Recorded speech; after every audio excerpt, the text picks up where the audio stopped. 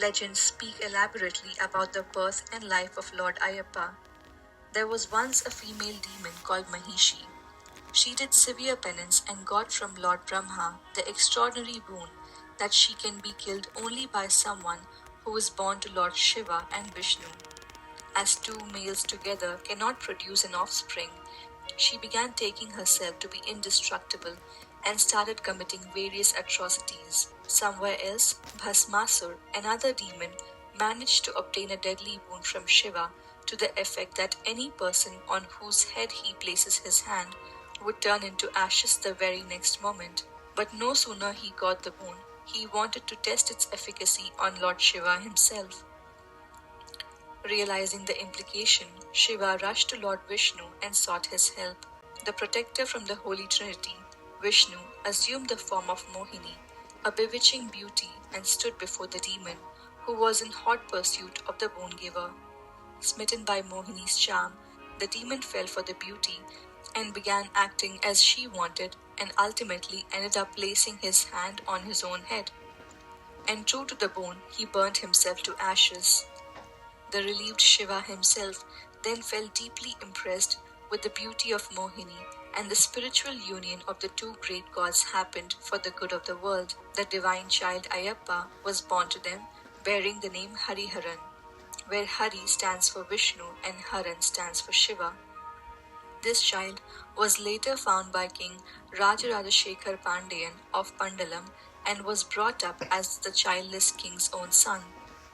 As there was a bead tied around the neck of the child, the king named the boy Manigandan, meaning the one who has a bead in his neck. Later, a son was born to the king himself, but he still considered only Manigandan as his elder son. The king started making arrangements for declaring him as his crown prince. However, the queen had other ideas and wanted her biological son to ascend the throne after the king.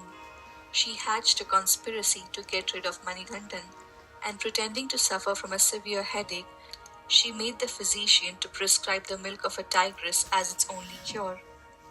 While none came forward to undertake this dangerous mission, Manigandan on his own accord ventured into the jungles, perhaps to fulfill the purpose of his advent on earth. He encountered the female demon Mahishi in the forest, fought a fierce battle with her, and destroyed her.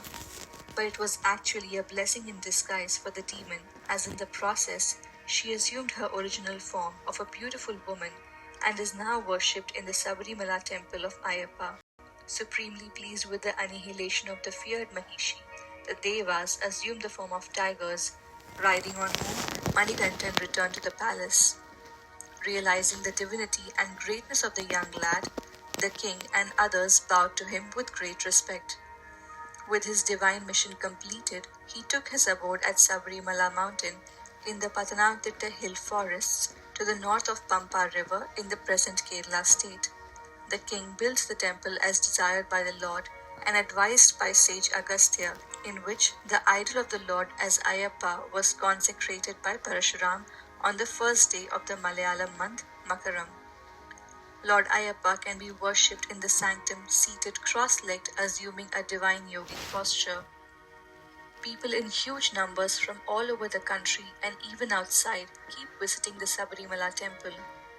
Every year, thousands of devotees are observed practicing the 41 days of austerities to reach Sabarimala pilgrimage that requires one to go through the tough practice of controlling and limiting your five senses: vision, hearing, smell, taste, and touch to sinfulness, desire, anger, greed, lust, pride, unhealthy competition, jealousy, and boastfulness. Millions undertake the arduous pilgrimage with faith, trekking through the mountains and forests and covering long distances on foot, especially during the consecutive months of Kartigai and Margari.